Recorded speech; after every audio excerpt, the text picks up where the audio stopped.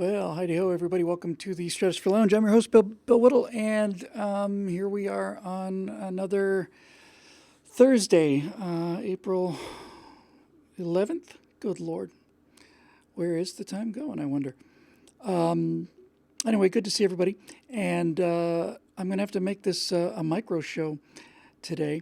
And what I mean by that is we didn't do very many questions. Thanks very much, Scott. We didn't do a whole lot of questions last week. I had so much fun talking with Natasha, so I'm just going to jump right into the questions. But yeah, I just have a couple quick little things just to chat about. Was it? I just Xtesh asked if I've seen the black hole image. I have. They took a picture of a black hole, and it's a long way away. It's a long way away. I want to say 50 million light years. It's a long way. And so you'd wonder how you could get a picture of something that far away. And the answer is you use a lens that is the diameter of the Earth.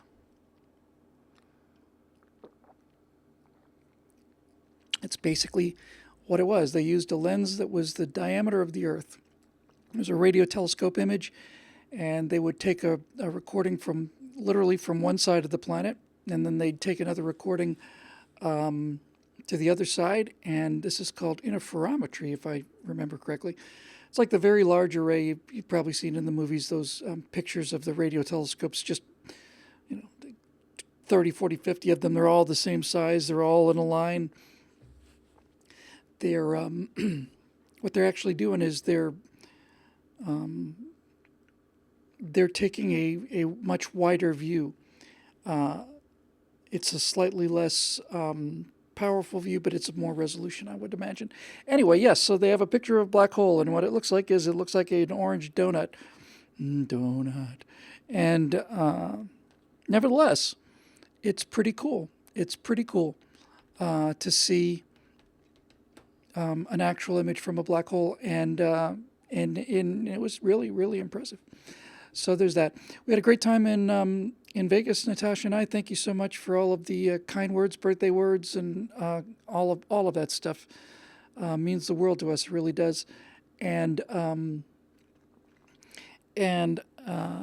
I just happy to be back. Happy to see it. It looks like from I think I don't, if you saw the kind of little mini firewall I did on the Grand Canyon experience. I have to say that my first impression there, I got off the bus and I was just dying to see it. There's just, I was like, just like it's like pulling on the leash, like a husky puppy.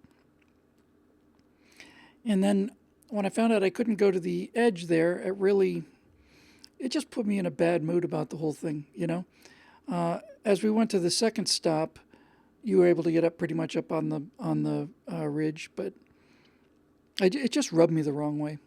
It's just, I guess it's just I'm a little sensitive to that kind of thing. That kind of we're here to protect you from yourself. And anyway, we had a wonderful time.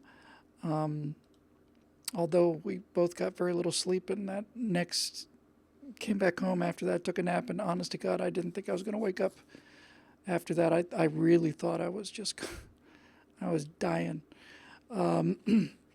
So anyway, it was fun. It's good to be there, and good to be back. Been working like crazy on the latest firewall. It's turning into it's just longer than I thought it would be. So I will edit it and then shoot this thing tomorrow. But it's called The Human Landscape, and it's about how the U.S. military treats its people and why I am not at all concerned about the future of this country. This is something they're talking about multi-domain engagements, land, sea, air, space, cyber, and then above that, all of that is the human domain. And it's just really interesting stuff. And I, as usual, wrote about 3 times more than I need But I will get that done tomorrow, so that'll be great. And as usual, things are moving along. Scott's got the website going pretty much flawlessly now. We're migrating people over from the old pay system to the new one. That's going well, and so everything's good. As I said, I'm going to do a short show tonight, and I'm going to get to questions. But I do have one thing to show. I did this. This took me about, I want to say, 20 minutes. The latest version of Star Citizen has some improvements to the face over IP. It's basically what I showed you before, where you could do the your facial expressions get translated into your character. And I just took a look at it with the new one, and I got a tiny little demo. It took me about 20 minutes to do. I tried to get this to look more like me, and I'm going to get my beautiful wife Natasha to help me with this because she knows what I look like. And it's kind of hard to model your own face, especially the way the Star Citizen thing is set up. If it were, I mean, obviously it would be great if you had like eyes further apart, eyes closer, angle on the eyes, nose length. No, you get 7 or 8 different heads, and you've got to morph between any 3 of them at the same time on a, part by part basis. So it's very tough. Everybody's giving me grief about talking before I got to the questions because I said I was going to go right to the questions. Well, hate the game, not the player. Anyway, here you go. So here it is. It's a very quick little thing. Consists of 3 shots, and I think the third shot is actually pretty good. So I'll just play this without comment, and then we'll get on with the questions. Well, here we are again, out here at Port Olisar, checking out the new 3.5 version of the VoIP. I don't know. Oh, there goes somebody. Hey, look at that. It's nice enough, I guess, but it's not going to do the job. We both know it. It's just not going to do the job. Does this look a bit like me, though? I mean, just a little bit. Do you think I look saucy? And we might as well do one to check the lighting, because this is a little more dramatic, and maybe it'll make the facial motions look a little more believable. Certainly, if we zoom out, not in. Now, that may make it look a little more believable, but it's still not very good. Now, this is pretty dramatic. If the face capture was just a little bit better, you'd be tempted to think that this would do it. I just don't think it's going to cut it. I just don't think it's going to be good enough. But we'll see. Anyway, back to the show.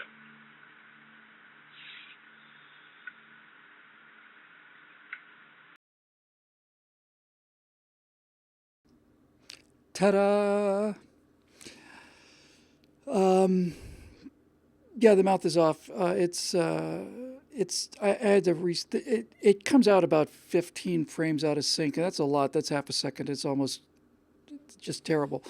But I threw a radio filter on there and resynced it up. The last one I thought looked pretty good. And one of the things is I got this webcam, this Brio webcam, because it records at 60 frames a second. And when I set it up in Star Citizen and calibrated it, it was only recording 17 frames a second. And one of the reasons why the expressions, especially the mouth, doesn't look so good is because the sample rate is too low. 17 frames, it should be at least 30, and 60 would be even better. So obviously at 60 frames a second, it's sending 60 different snapshots of what's going on as opposed to 17. And since they're more finely diced, should look a lot better. I can't get it to work. I am thinking about talking to the people that do the FOIP because they're building a special webcam just for this, and I want to maybe talk to them and see if they can give me a demo copy of it because I think we do some fun work with it. But in any event, that last shot actually was pretty cool. I have to admit, it looked pretty good, and we will refine the face a little bit, make it a little less chimp-like. And that is the end of that story. So anyway, it's pretty cool, and the beat goes on. All right, let's see what we got here. Okay, we're going to move that over to here, and we're going to move this over to there, and that's going to stay here, but this is going to go there. See how easy it is? Come on, you comments. Yes, good. Okay, here we go. Marvelous.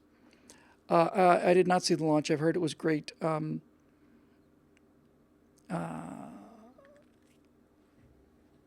It's something I'm looking forward to seeing a little bit later. The Falcon Heavy launch got all the boosters back and looks like another rip-roaring success, so that's great. Let's see. Where? Facebook just gets... Facebook just gets stranger and stranger and stranger. Posts. Just junk. It's just so much stuff stacked above the feed. It's just crazy. Here we go. Alrighty then. Here we go. So we'll do some questions and try to make up a little bit for last time. So the first one is from Greg McCoy. It says, Bill, you did the planetarium shows when you were young. Check this vid out. When I was 18 years old, I did high school annuals cooking film in the soup. John Krause is 18 years old and has clearance on NASA locations. When he has to travel, he can go to,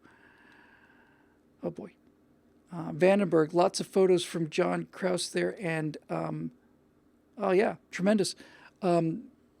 Just some photos of the booster, and they look great. They're on the Facebook page. He sent a link, and it is in. It's under the Stratosphere Lounge thing, but I'm afraid I don't really have much I can talk to you about that. Oh, that's sad. Steve Darrow says we lost the last raider, Dick Cole. He was the last of the Doolittle Raiders. Cole was the co-pilot, I think, wasn't he? He was Doolittle's co-pilot, I think, on the Ruptured Duck. But to go, 2015 to 2019, for Dick Cole to go 97, 98, 96. Anyway, he was a terrific guy. I got to meet him briefly at a reunion when they had two guys left, and then the other guy was a gunner, I want to say. Anyway, an absolute hero, and these guys. For those of you not familiar with the story, I'm not going to go into a whole lot of details, but obviously the Doolittle Raid was launched just a few months after Pearl Harbor, and it was basically a morale boost kind of thing. But Jimmy Doolittle said he could bomb Japan if he could take his B-25 Mitchells, which was a light bomber, a medium bomber technically, off of a carrier. Never been done before.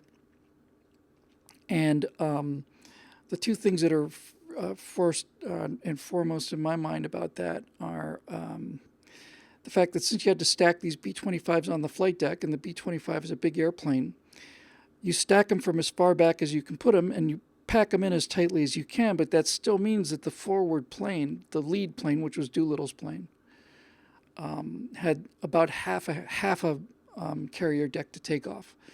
In other words, these things weren't designed to come off of a carrier deck if you used the whole thing, but Doolittle was there, and they were sailing into a stiff wind, and off they went.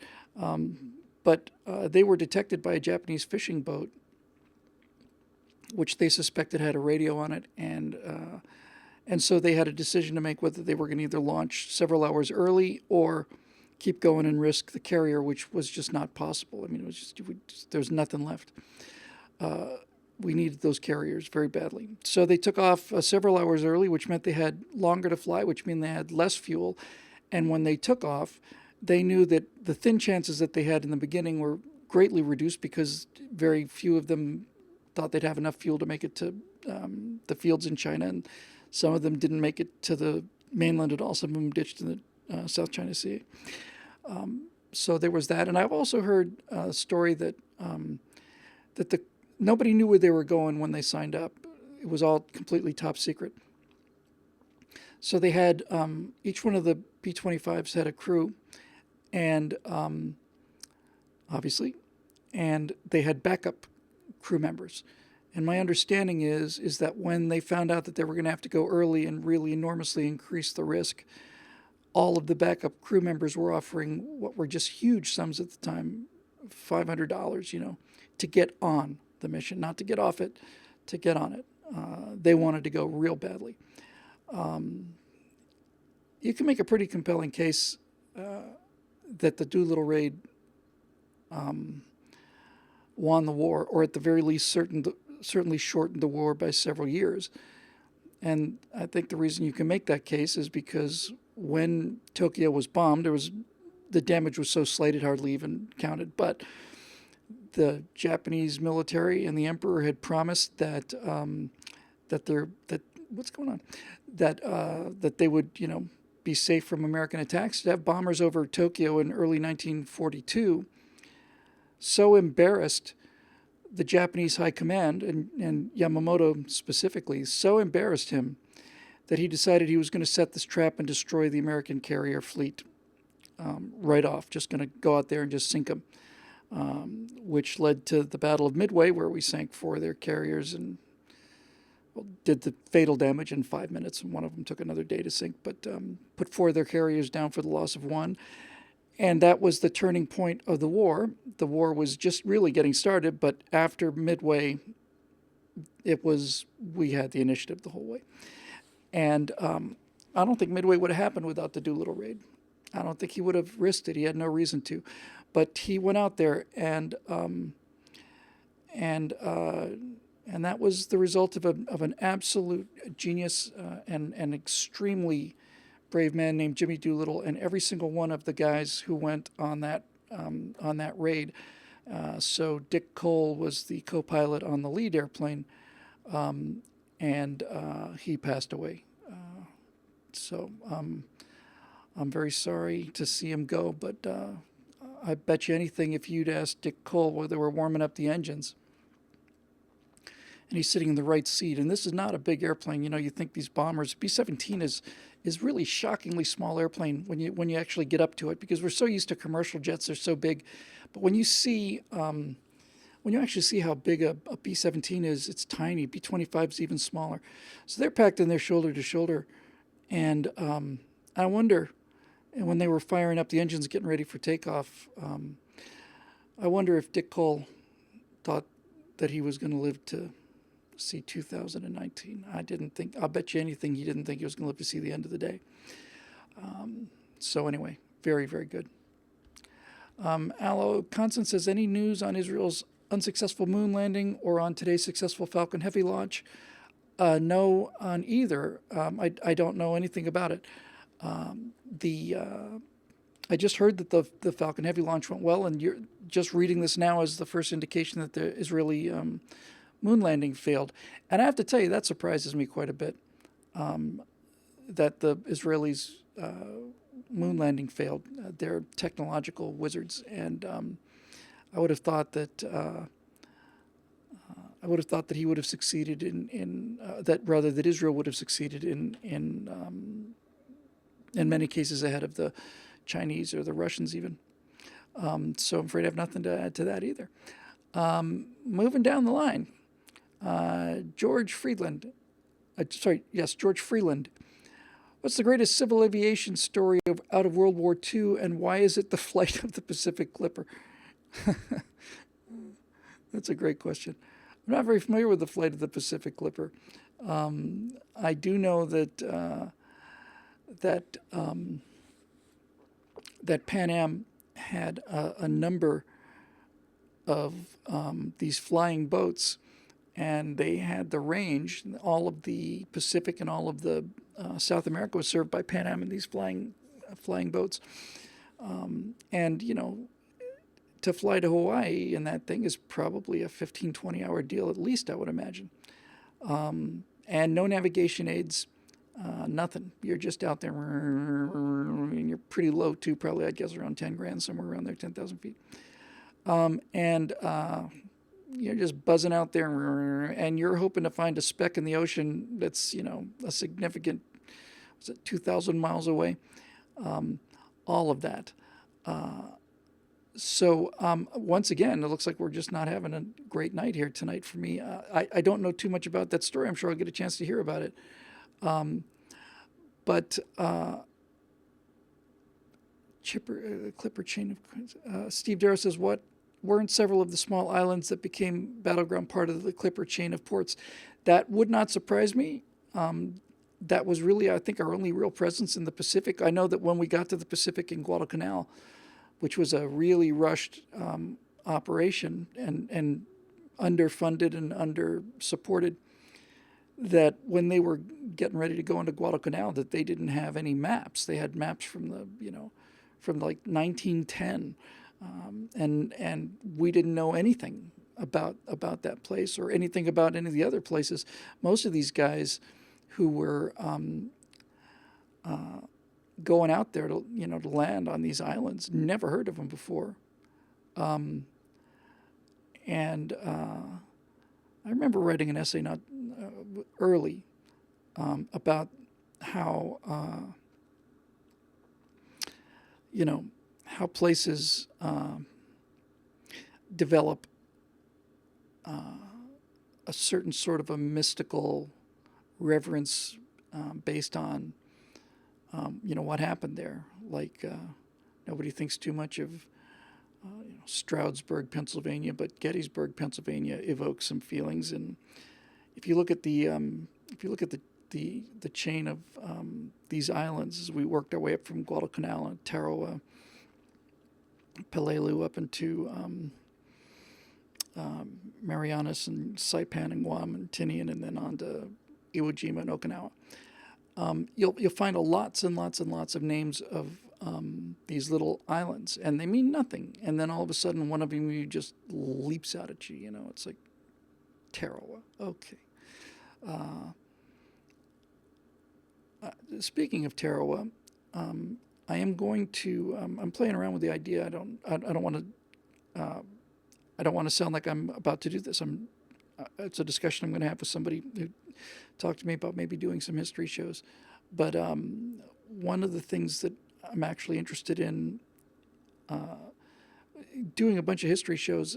Somebody proposed it to me a while ago, and I thought, no, I can't do that. There's just no way. I don't have the time to do the research. And then I realized it's all I do is read military history.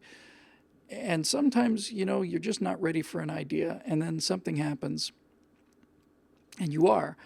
And just this morning in the shower, I realized if I were to do a series of historical, videos on history, I think I would call it. I think I'd call the series "Living Hell," and I think that my take on it would be all war is horrible, but some of them, some situations are beyond description.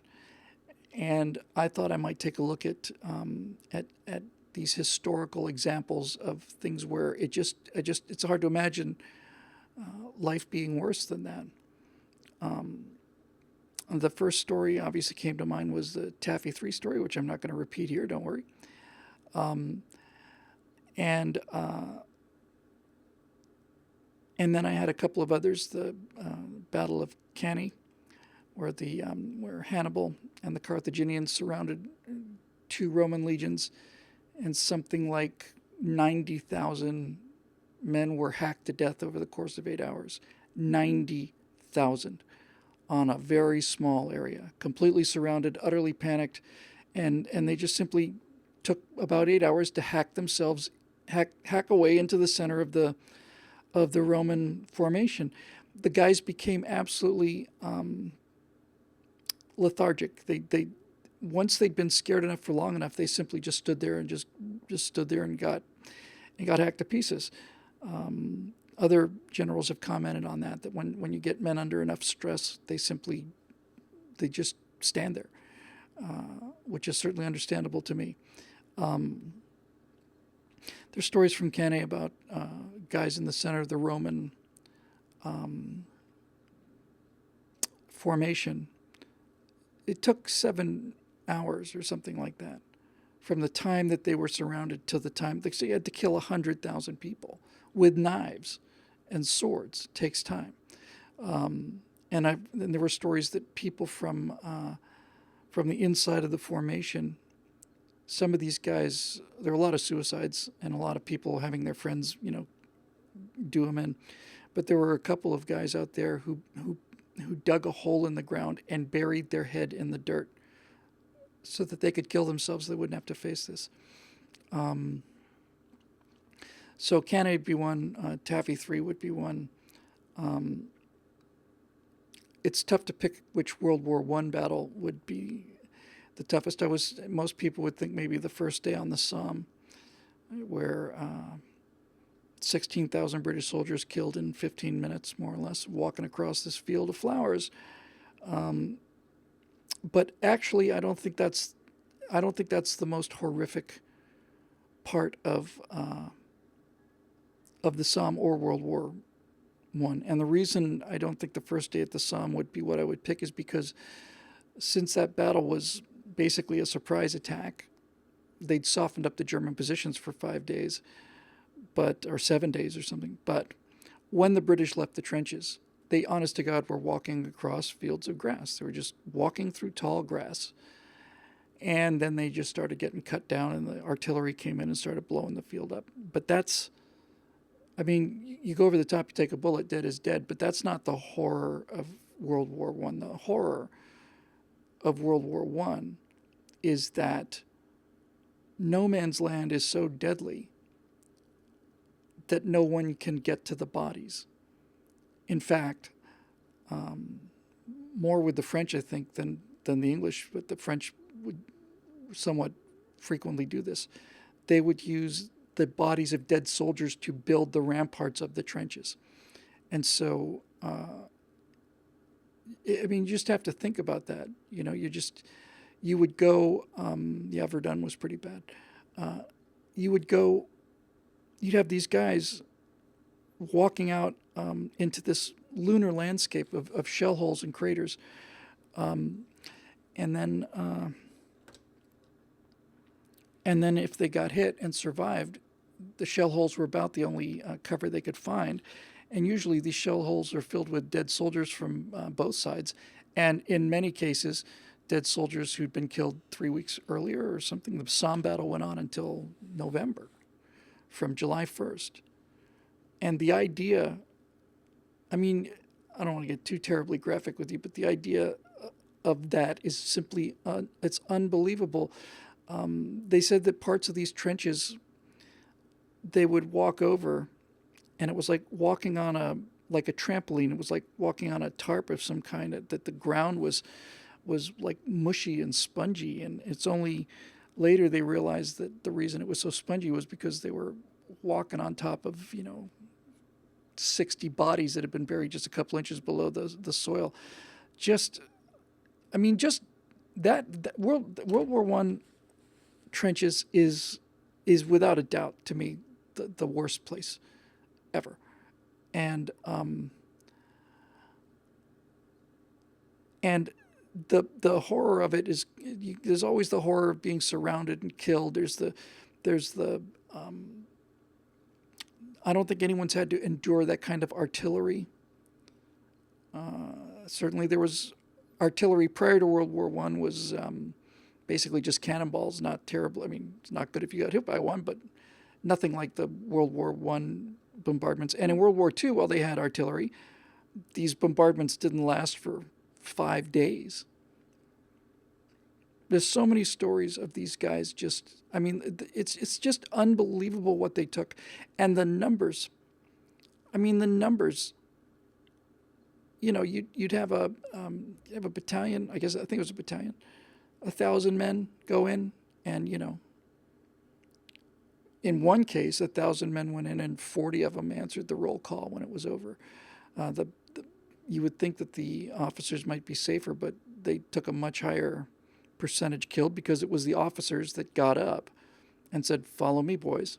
Most of them were second lieutenants, 18, 19, 20 years old, subalterns they called them in the British Army.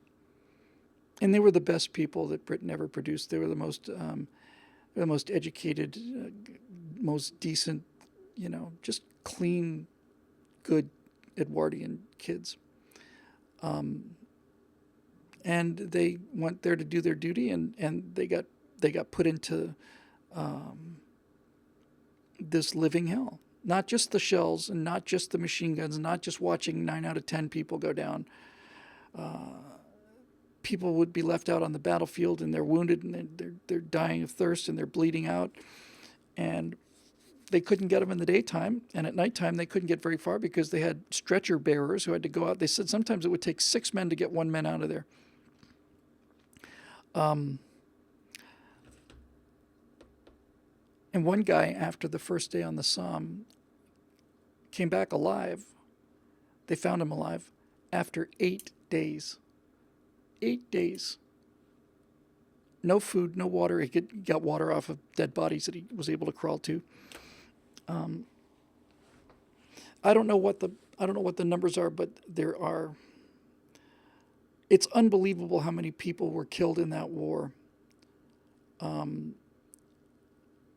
By lack of medical care. In other words, significant numbers. Many people who died would have survived if they could have gotten to them, but they simply couldn't. They just had to leave them out there. But the idea of a landscape that's just filled with nothing but decomposing bodies, and having bodies built into the walls of your trench, you know. And I was reading a story about guys who are famous, including J.R.R. Tolkien and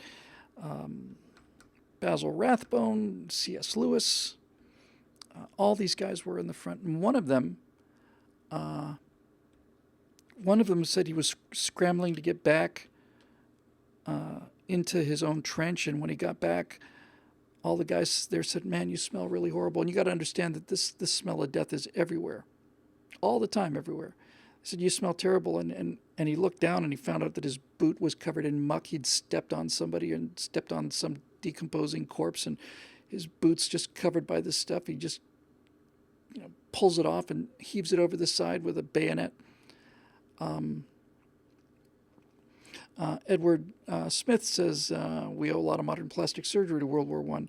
That's absolutely true. And one of the reasons that that happened was that because so many people died from artillery, I think by far the majority of the guys were killed by artillery. A bullet enters you and it makes a big hole, but it's a relatively clean hole. I mean, you know what a bullet looks like, and it's going through the air and it's spiraling and goes through you and makes a hole and tumbles sometimes. Causes a lot of shock damage to the tissue around it. But what we're talking about are shells exploding, and we're talking about jagged pieces of iron, you know, this big. And these things would just take off like the entire lower jaw of a guy. Everything from here down gone.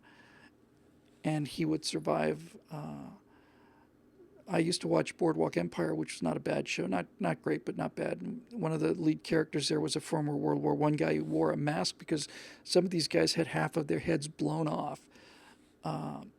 And they would wear like partial masks to just to cover the wounds so that people didn't faint on the streets, you know. Yeah, and Aesop points out that they were walking so slowly. That's what they did on the first day on the Somme. They just, all these British soldiers got up and they put the rifles at high port because they didn't want to have the bayonets forward to stick their own guys. So they're walking with their rifles up here like this. and they're walking across this grass field, and then all of a sudden the machine guns open up, and down they go. Unbelievable. Unbelievable.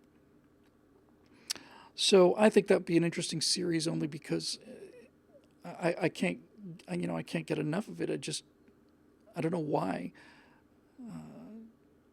My wife knows something about it, maybe more about it than I do.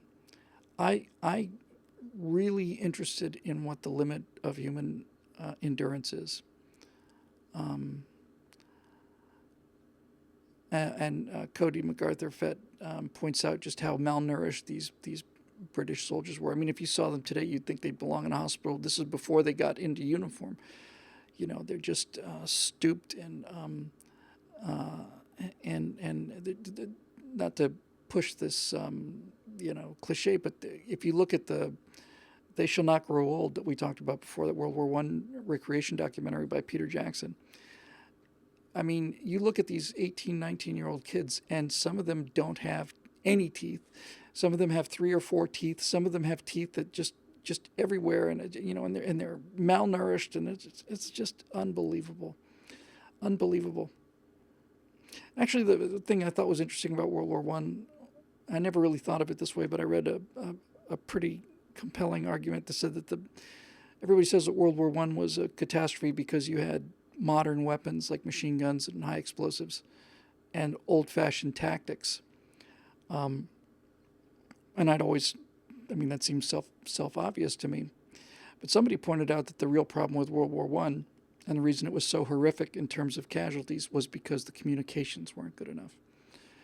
In other words, you had a battlefield at Waterloo. Wellington could get on a horse and ride from one side of the battlefield to the other in 5 or 10 minutes. Now you've got these battlefields that are 20 miles long. Nobody's in direct observation of the entire battle. And so if you're going to launch this offensive, you can't communicate, which means you can't control it. So they thought that they would do the whole thing like a giant... would I like a red camera? I would very much.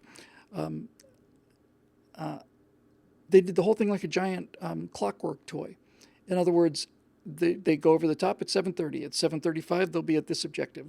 The artillery barrage will then move forward, and then they'll advance another 100 yards, and then they'll take this, and then back and forth just like it was. I mean, you look back on it. This is exactly what I'm writing about in this firewall, by the way. I'm talking about the human landscape and talking about just the flexibility and the fluidity of our U.S. military and how unheard of it is, to think and train this way. It's exactly what I've been writing about. But the idea that you could just wind up this plan and as long as the plan was detailed enough, then you just send off the plan. No. So they had telephone communications, but the telephone wires were almost always cut by artillery. Passenger pigeons are obviously not very reliable and difficult to carry into combat and so on. Homing pigeons, all various kinds of signaling. And they said that the real tragedy of World War I was that you already had mechanized warfare, but they didn't have the radio yet. Radio was in existence, but portable radios, even something that they could put on the line, the technology just wasn't there. They say that it often would take 8 hours for a report to go from the front to headquarters and then back and give orders. 8 hours. And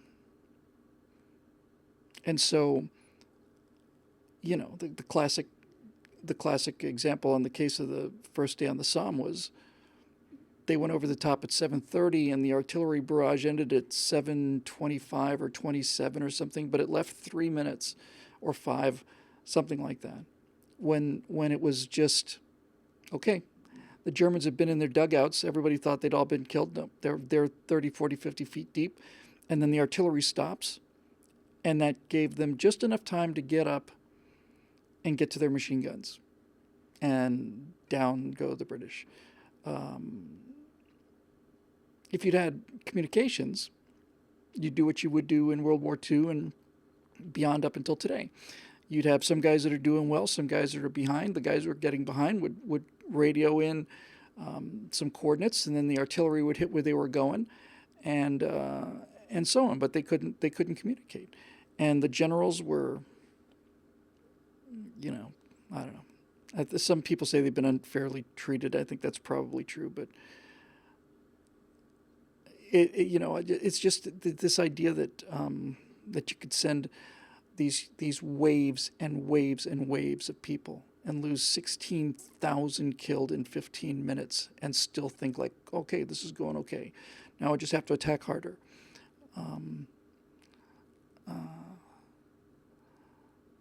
So Steve Darrow says, wonder how much of the latitude that was given to the NCOs in Normandy was as a result of the realization that battlefield comms are crap.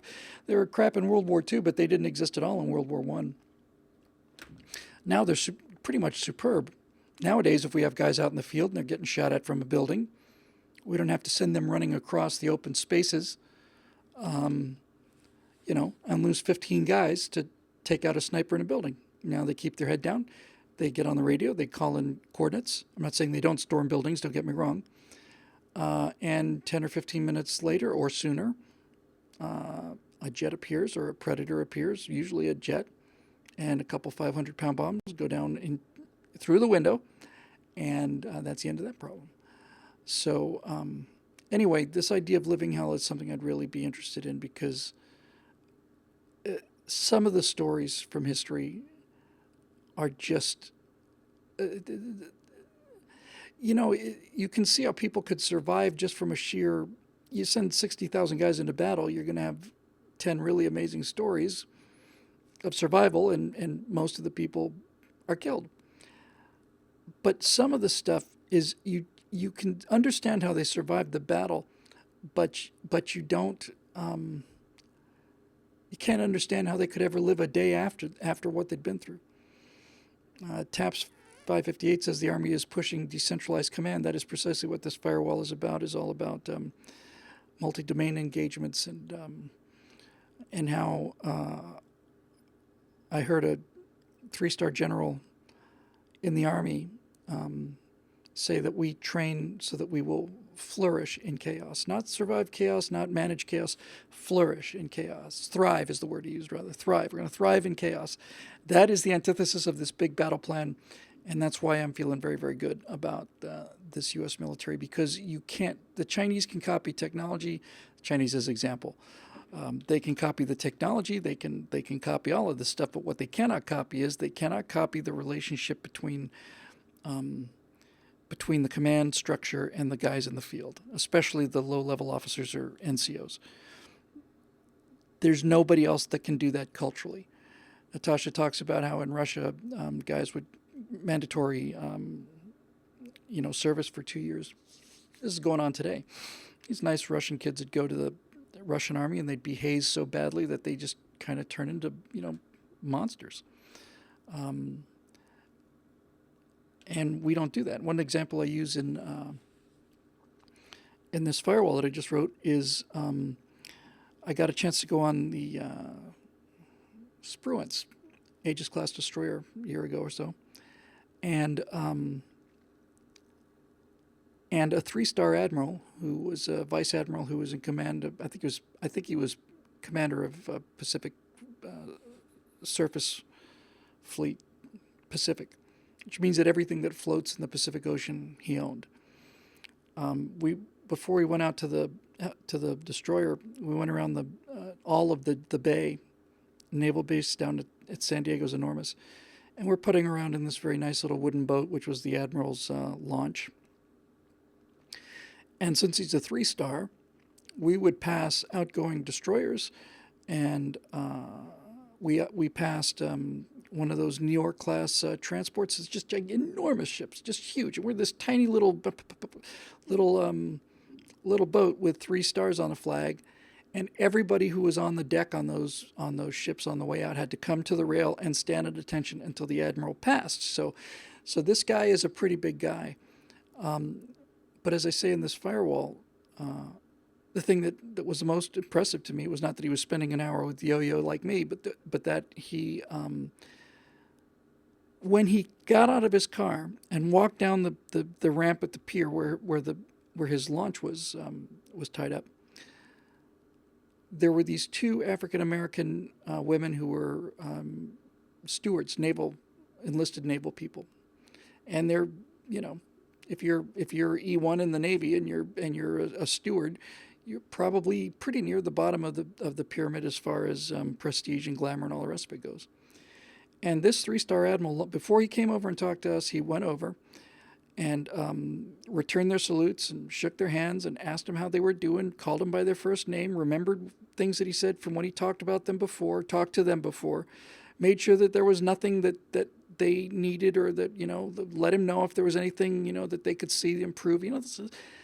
The idea of that happening in China is inconceivable. It's inconceivable that a Chinese admiral would have that kind of conversation with a couple of stewards. It's inconceivable. It's inconceivable in the Imperial Japanese Navy as well. It's not inconceivable in the American Navy. And it's the same for everything. I'm going to show a couple of these marshalling videos just very briefly. But you've got a guy who's probably a sergeant, I guess. Maybe he's an airman. You got a guy out there with a couple of batons, and he's marshalling jets out of the line. And basically what he's doing is he's just getting them clear of their park location and getting them out on the taxiway. And you see these guys just they're doing the King Tut dance, and sometimes they're dressed like Wonder Woman, or they got a rabbit hat on, and they're goofing, and they're goofing. And this is the part that I find most fascinating about this is you'll see these guys going by, and they're doing all these dances, and they're doing all this stuff, and the pilots are up there. You can see them laughing. And just as these guys pass them, just the instant before when the marshaller is about to release them to the taxiway, it's like a split second, actually. Just before they let them go, these guys come to like perfect attention. They throw off this perfectly crisp salute. The pilots, give them a salute back and give them maybe, their squadron hand signs or something. And it's like this guy in the plane is a captain or a major or maybe even a lieutenant colonel or something. And these guys are 18, 19-year-old enlisted men, and they are goofing with each other. They're joking. They're having fun. And not only do the officers in those jets, not only do they not go, this is terrible, we have American soldiers, they're just loving it. And that, to me, is what morale is. You look at a deck on a carrier, a Chinese carrier, and you'll see people doing the same jobs as on an American carrier. And everything's very clean and very new, but their jets are crap, and they've got, 4 or 5 guys. And they're doing everything that you see on the American decks. And I refuse to believe that they just didn't copy it outright, because they got all the same, they've got the same color-coded outfits, the launch signals are the same, the shooter's the same, all of this stuff. And they're so serious, and everything is, very quiet. And there's a great thing out there called Gagnon Shooter. I can't recommend it highly enough. I think it's guys from the Eisenhower, I want to say. And they're playing Gagnon style. This video was made several years ago when that was big, 2013, somewhere around there, 12, 13, 14. And these guys are dancing to Gagnon style. They're doing the Gagnon style dance. And they're just doing this dance, and they're telling these guys, run the engines up, and they're goofing, and just like with the Air Force marshalling, they're just having a blast. And then there's that instant when they simply stop, and then there's like, boom, boom. They're just pointing to the 5 or 6 stations that they need to get a thumbs up on. And then these guys go down into the shooter position, and off they go. And I realized that this kind of fooling around isn't fooling around. Because if you watch them fooling around, you will see, and this is the part that interests me the most, you will see an instant where suddenly they're not fooling around. It's not like they are fooling around the whole time. They're like fooling around, and then just as they're ready to let go of those jets, they just snap to attention, and you can tell these guys are just absolutely on the ball. And my entire point here, I think, is that if you can be that loose and have that much fun, that comes from um, that comes from the kind of confidence that is only bred by experience. You can't have a Navy, with guys launching, multi-million-dollar jets, pretending to snap footballs and dancing Gangnam style, and you can't have them do that unless they know what they're doing, and they absolutely know what they're doing. And they're and you can't replace that. You can't do it. And it's not a question of technology. Hey, how are you? We're good, thanks. Have a good night. I know you're gonna have to get this guy on for sure. You can replace the technology. You can replace the hardware. You can copy the hardware. You can do all of that, and you can even make an attempt to follow the procedures, but you can't culturally crack that nut. You can't do it. There's something about the egalitarianism of American culture, this lack of this rebellion against any kind of nobility or class distinctions, or you're in the military, you are subordinate to your superior officers, and that's one thing, but just the independence of it and the freedom of it just fascinates me, and I can't imagine it anywhere else. I can't even imagine it in the British Navy, for example. I've seen some pictures of some marshalers from Britain who are having fun, but I can't imagine it in the Royal Navy. But even in any event, the great story about this is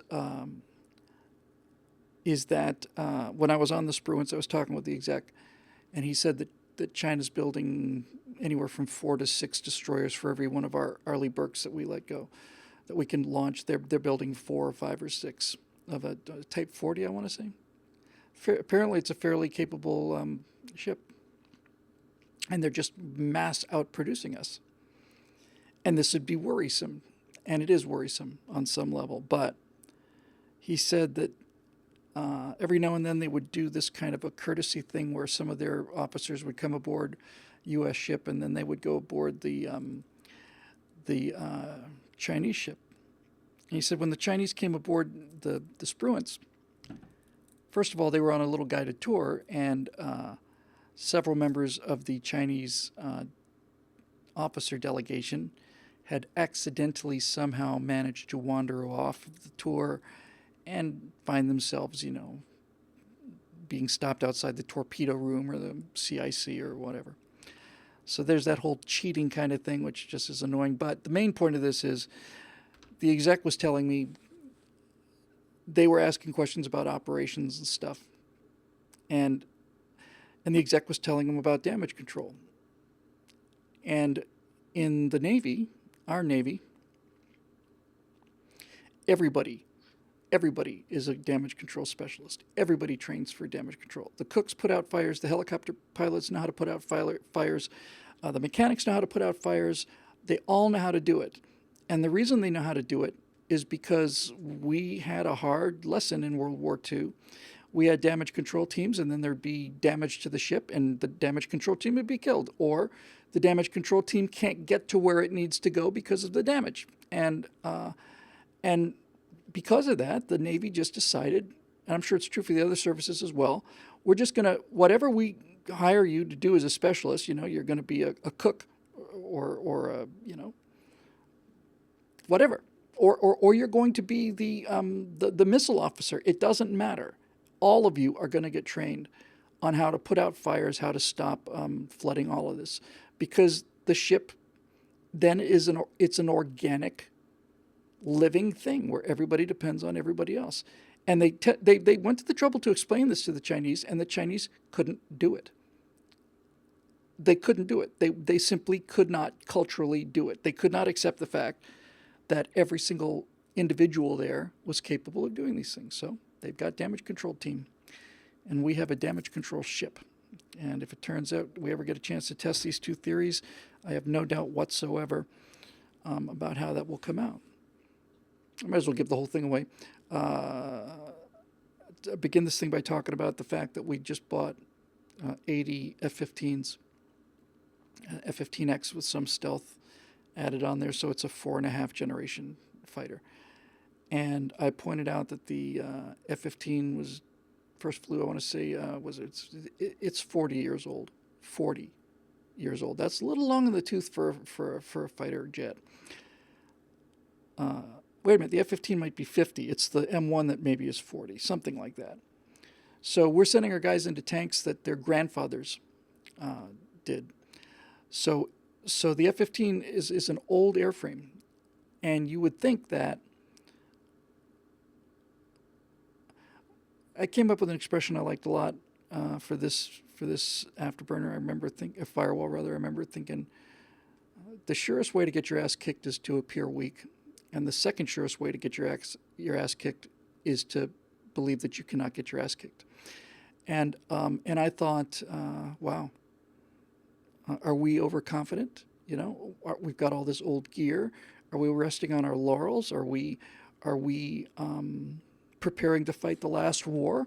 You know, are we making these same mistakes that every other military in history has always made? Always. You're successful, you win a war, and that is the strategy that you use to go ahead and lose the next war. We're not doing that. We're not doing anything like that. And the mental flexibility of the command structure, and I'm talking about the chairman, I'm talking about the Joint Chiefs now. The mental flexibility. We're going to teach people to thrive in chaos. We're going to empower everybody. We're going to cross-train everybody. There's no other military in the world that can do that because they just don't have the culture. It just doesn't exist. It's simply built into America. And as Foghorn's pointed out many times to me, we no longer really go to war. You no longer, it's like the Navy goes to war, the Air Force goes to war. You know, the Chinese currently, their sea forces are called the People's Liberation Army Navy. And the rivalry between the Army and the Navy in China right now, as always, is enormous. In World War II, Imperial Japanese Navy and the Imperial Japanese Army fought each other more than they fought us. There were many cases in World War II, where the Japanese were launching some kind of an invasion or something, and the Army didn't even know about it. They didn't talk to each other. They hated each other. So now, and this is not unique, and we've suffered from this a little bit ourselves. And in fact, maybe not a little bit, maybe quite a bit, but we learned some lessons. And as Foghorn and others were telling me, we don't go to war like anybody else anymore. It's not like this is an Air Force mission or a Navy mission or whatever. It's just we go in with assets, and we put them together in any way we want to. And everybody's talking to everybody else. And everybody is... Nobody's guarding their turf. I'm sure that happens in the appropriations and when you're buying things and stuff. But in the field, no. So you could have a Marine with a laser target designator painting a target, and that Marine's painting a target is picked up by an Air Force drone, and then it's relayed by a Space Force satellite, presumably coming Space Force, and then beamed down to a Navy destroyer, and they launch a cruise missile, and boom. It's all the same force. It's all the same sensor net. So the reason we're buying these F-15s is not because we're bringing a fourth generation fighter into fifth generation combat. We're buying the F-15s because it's a big, strong-ass airplane, and it is going to simply carry bombs and missiles into the sky. And the F-22s and the F-35s, which I had very seriously maligned, and I still think that the procurement side of that was terrible. But with that said, I really jumped the gun on that. When I heard that it couldn't outfight the F-16, I thought, my God, we're making these same mistakes all over again. We're gold-plating this thing, and it can't turn. We're assuming it's never going to get in a dogfight. Well, I was wrong about that. One of the reasons that it was... that the F-16 beat it was that its software was limiting the jet. It was like all fly-by-wire. It was literally limiting the jet. But the main thing was that the pilots hadn't figured out how to fly this thing yet. The F-35 has so many capabilities that we simply didn't have the tactics, and we're still learning the tactics. But there were many stories of the F-15 is the undisputed champion of air-to-air combat. It's last I checked, its record was 172 wins against 0 losses, and the F-15s can't find these things. You can send up 8 F-15s against 2 F-22s, and the F-15s just disappear. They never see them. So I've heard that many as 16 F-15s up against 2 F-22s, and I read earlier today that there's a case of these F-15 guys, and they just, last thing they know is their radars, they're being locked on, and the simulated missile hit. And the first time that these guys in the F-15 ever saw any indication that there was an F-22 there was when the F-22 pilot went shooting over their canopy 15 feet above them from behind. So this is actually brilliant. Why would you spend the money for an F-35 if all that aircraft is going to do is lift ordnance into the sky?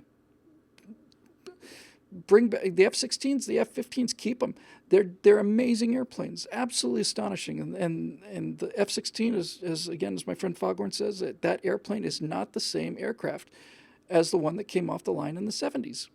It's a completely different aircraft. You can't even really call it the same thing. The software has been upgraded so much. Avionics have been upgraded. All the weapons delivery system.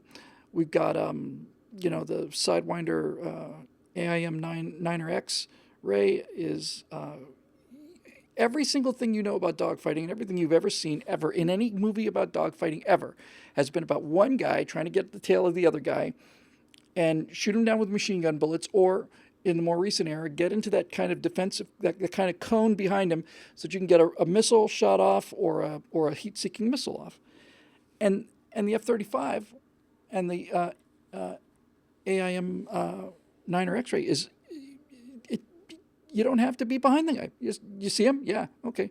Shoot. Thing comes off the rail, turns around and blows the guy up. So nobody else is doing this. And I did this whole thing because I was so tired of hearing about the Chinese this and the new Chinese fighters and the J-20 and all this is all junk. They're garbage. Their engines are crap. Their carrier is a jump ramp carrier, which means that those jets can barely get off the carrier. They can't carry any ordnance. And it looks like the Navy, and they try to make it sound like the Navy and all that, but it's not. And the same thing is for their Air Force. I don't buy any of it. Anyway, that's my little rant about that. But in any event, I am not the slightest bit worried about this. And for the foreseeable future, I'm not worried about it. I cannot believe the attitude that comes from high-level American officers. I don't know whether that's because some of them might have been, although it's getting a little late for this.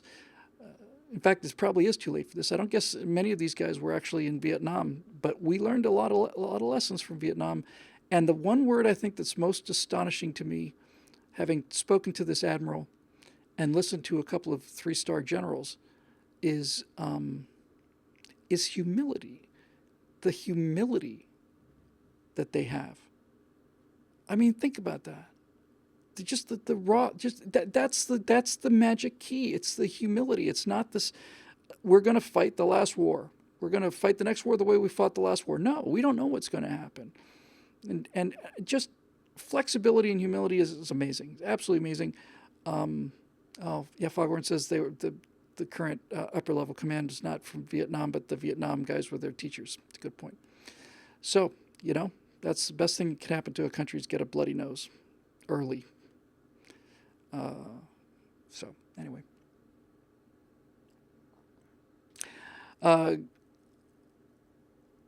Let's see here. Greg McCoy asks, how many children were threatened to die to fake today's SpaceX's heavy launch?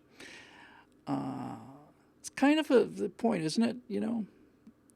Greg, when you hear these moon landing deniers, you really have to ask them, where's the cutoff point? In other words, I saw with my own eyes, I saw Apollo 13 go from Kennedy Space Center. Am I part of the conspiracy? No. So there's a great, really great Mitchell and Webb segment on that conspiracy thing.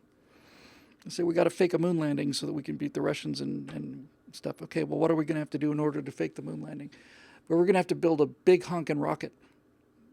Okay, isn't that most of the problem with actually going to the moon? Yes.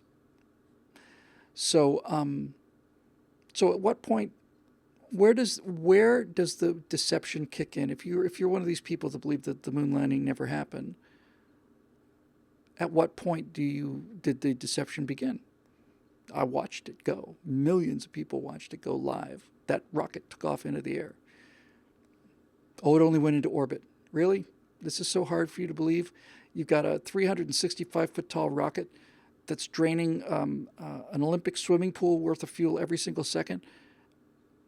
And we were able to get this thing into orbit, but the 2% of the energy needed to get it into orbit that it takes to get it to the moon and back, we're not capable of doing? Are you nuts? Where did it happen?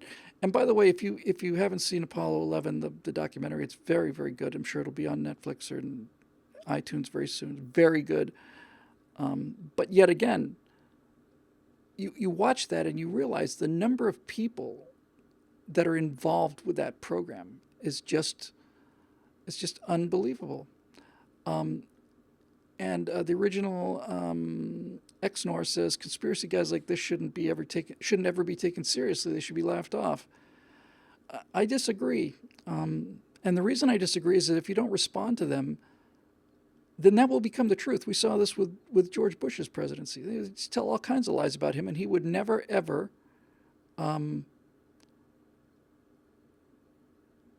stand up and correct them. So it became, nobody ever responded to these lies, so it became the truth. Dave Big Boutte says it's 49 years ago today for Apollo 13. Yeah. I had thought that those days had gone forever. But, they brought all of the rocket back today. So there's life in the old girl yet. Eric Blake, let's see. Peace and long life, Aurora President Bill Woodall. Thank you. Although I think you're talking about Daniel Altier. You've spoken at times of your being an apprentice writer of sorts during the last days of Cheers. Let's say the show didn't have a big, and in my admittedly not so humble opinion, disappointing finale in season 11, but instead went on. How would you have written for Sam and Norman, Cliff, and all the rest, and possibly even Diane? That's an interesting question. I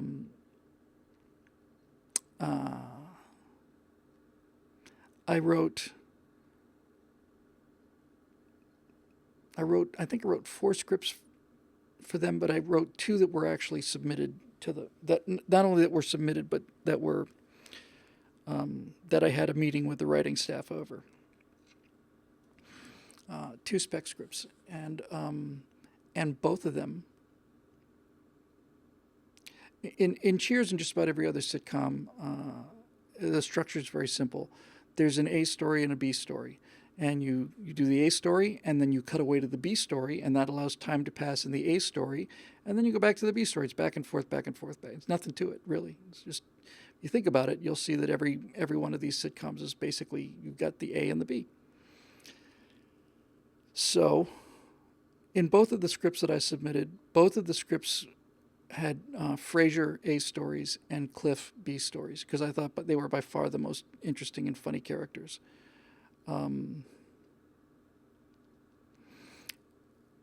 In one of them, I remember the stories. I just don't remember how they were paired. One of the A stories, one of the Frasier stories was that Frasier was actually had his name in consideration for president of the American Psychiatric Association. And Lilith had said that he can no longer go to Cheers because it's so lowbrow, he didn't want to be seen there. And that it was bad for his chances to be seen in such a low-life place. The other Frasier A plot that I liked an awful lot, I liked very, very much, in fact. I think Frasier and Lilith had had a child. It seems to be the case as I remember.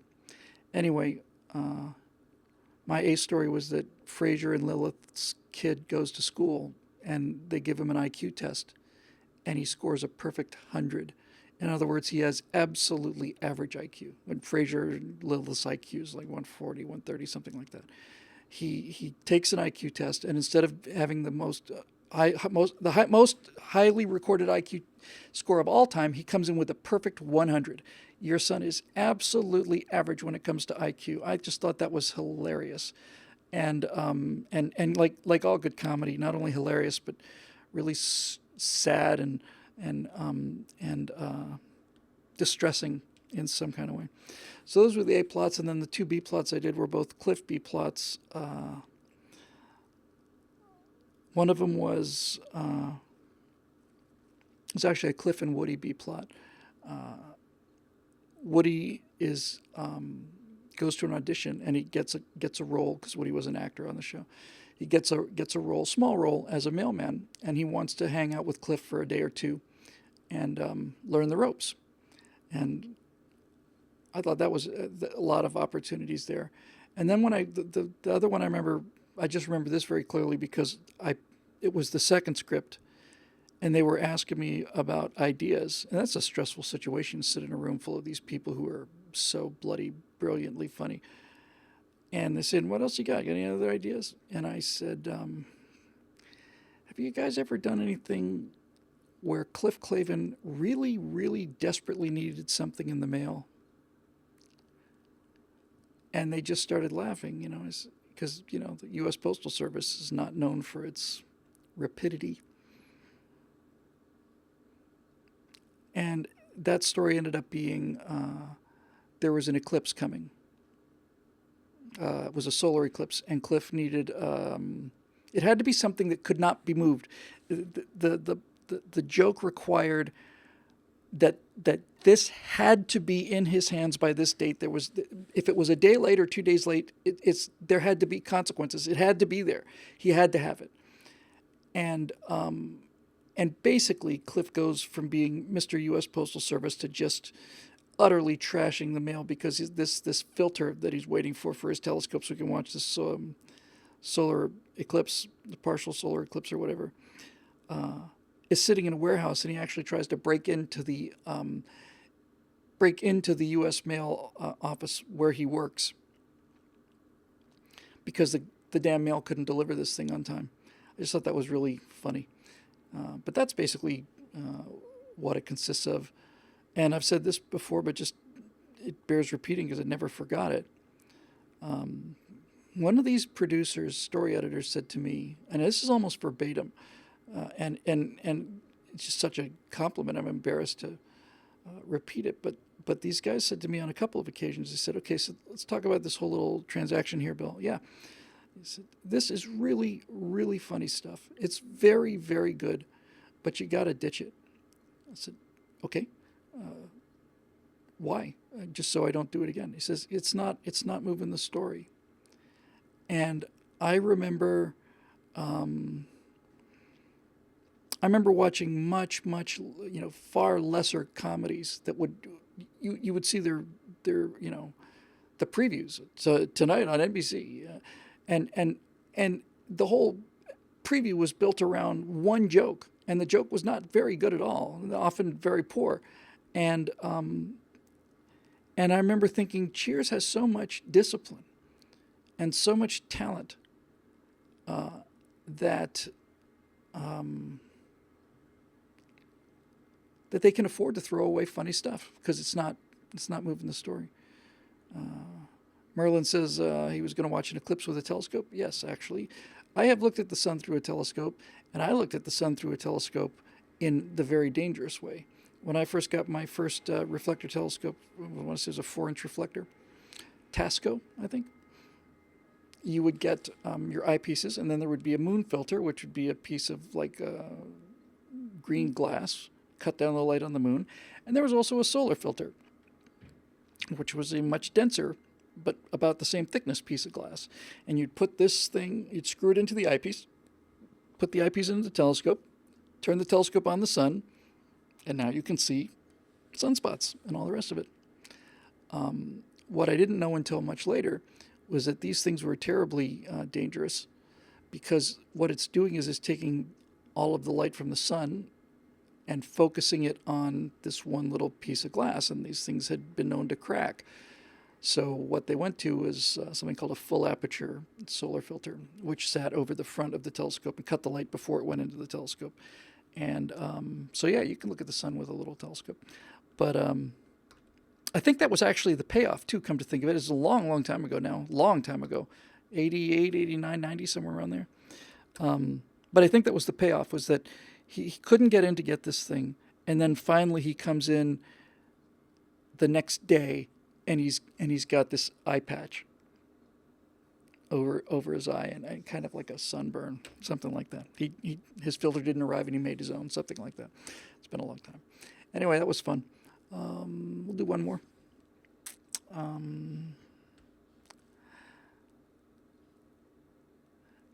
Ashley Rose. I'm just going down the list. I didn't do them by upvotes. I probably should have. I just don't know how to do this. I really don't.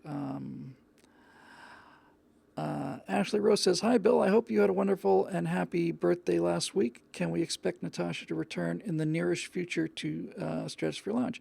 Boy, I sure hope so. Her birthday was on the 6th. Mine was on the 7th. And we went to Grand Canyon, had ourselves a marvelous time. But we sat on the couch and watched a little bit of that Stratosphere Lounge. Was it last night, honey, or 2 nights ago? Not good with these kind of things. Anyway, we sat and watched it. And, Natasha is a little self-conscious about her English, and I think her English is excellent. I just said, "Look, baby, you just spoke for 90 minutes. Ad lib. You had no script. You didn't know what the questions were going to be. You were fantastic. You were just great." And so yes, I would love to have her back. I'd love to have her back so we can answer some of the questions, because all we did was deal with the comment section, and I know there were a lot of questions there. And somebody just asked about TSL 205, which apparently is missing. Everybody says tell her she did great. Well, she's watching now, so you could tell her yourself. She was fantastic. And so yeah, no, I'd love to have her back. I thought she was just fantastic. I was so proud of her. And I was watching that video, and I thought, man, that's a happy-looking guy. And there were moments in that video when she's talking and I'm looking at her, I look like I'm 15. Yeah. Somebody sent me an email. Scott forwarded me an email that basically said, "Hey, Bill, I just saw the Stratosphere Lounge with Natasha. I'm going to renew my membership because of her. It has improved your," what was the word he used? It wasn't temperament. Something like that. Enormously. And he has no idea. Yeah, it's been incredible. And that's where I'm heading right now. I'm heading home. So I'll see if I can dig up 205 tomorrow. I've got the firewall written, so record that tomorrow, get that up. And I reckon that'll do it. So until next time, Gangaroos, thank you, as always, to the paying members at BillWhittle.com who make the show possible, streaming live on BillWhittle.com right now. Jeremy Boring suggested that we do this live on YouTube, and then I also heard that PewDiePie has moved to a new platform that is blockchain, and that sounds like it might be an interesting idea too. But in any event, as always, it's the members that keep this place going, and we're very grateful. And if you'd like to become one, you can do it at BillWhittle.com, because we used to have all kinds of ad revenues and revenues from NRA and PJTV, and all of those are gone. We're hanging on by our members now, and we could certainly use your help if it's something you've been watching for a while and you'd like to help pay for it. That's one thing. But the main thing is, and Scott's pointed this out so many times, and I'm seeing it every day because I check the website several times a day. This community is unbelievable. It's unbelievable. The posts that the members are putting up are great. They're well written, or the subject is interesting, and and it's this community, you know, it's a bunch of people who feel the same way about things, and that's pretty rare out there these days. So I've just gotten an enormous kick out of watching the social development on the website, and that's all due to Scott. So your check's on the way, by the way, Scotty. I was able to save 60 cents by sending it by tramp steamer. So it'll leave Long Beach on Saturday, head south. Don't think it's quite up to getting through the, you know, it's either going to go through the Panama Canal or have to go all the way down to Tierra del Fuego, I'm not sure. But then it'll come up the East Coast, around the Yucatan Peninsula, come into the Gulf of Mexico, and I think it's due to make port at Corpus Christi somewhere in June, I think, early June. And then from that point, I've got it going horseback up to where you are. So anyway, I want to let you know it's on its way, and thanks for all the hard work, and really appreciate it, because it's been amazing, and it continues. And Scotty, I will see you first thing in the morning tomorrow for a couple more Bill Whittle Nows. His son is getting married. That's lovely. And then, honey, I will see you in a short while, and the rest of you clowns, losers, and yo-yos, I will see, I imagine, next Thursday night right here on the Stratosphere Lounge. Thanks for joining us. And you know what the heck? I'll leave you with the animation one more time if you happen to miss it, because it's kind of interesting. All right, take care. We'll see you. Bye-bye. Well, here we are again, out here at Port Olisar, checking out the new 3.5 version of the VoIP. I don't know. Oh, there goes somebody. Hey, look at that. It's nice enough, I guess, but it's not going to do the job. We both know it. It's just not going to do the job. Does this look a bit like me, though? I mean, just a little bit. Do you think I look saucy? And we might as well do one to check the lighting, because this is a little more dramatic, and maybe it'll make the facial motions look a little more believable. Certainly, if we zoom out, not in.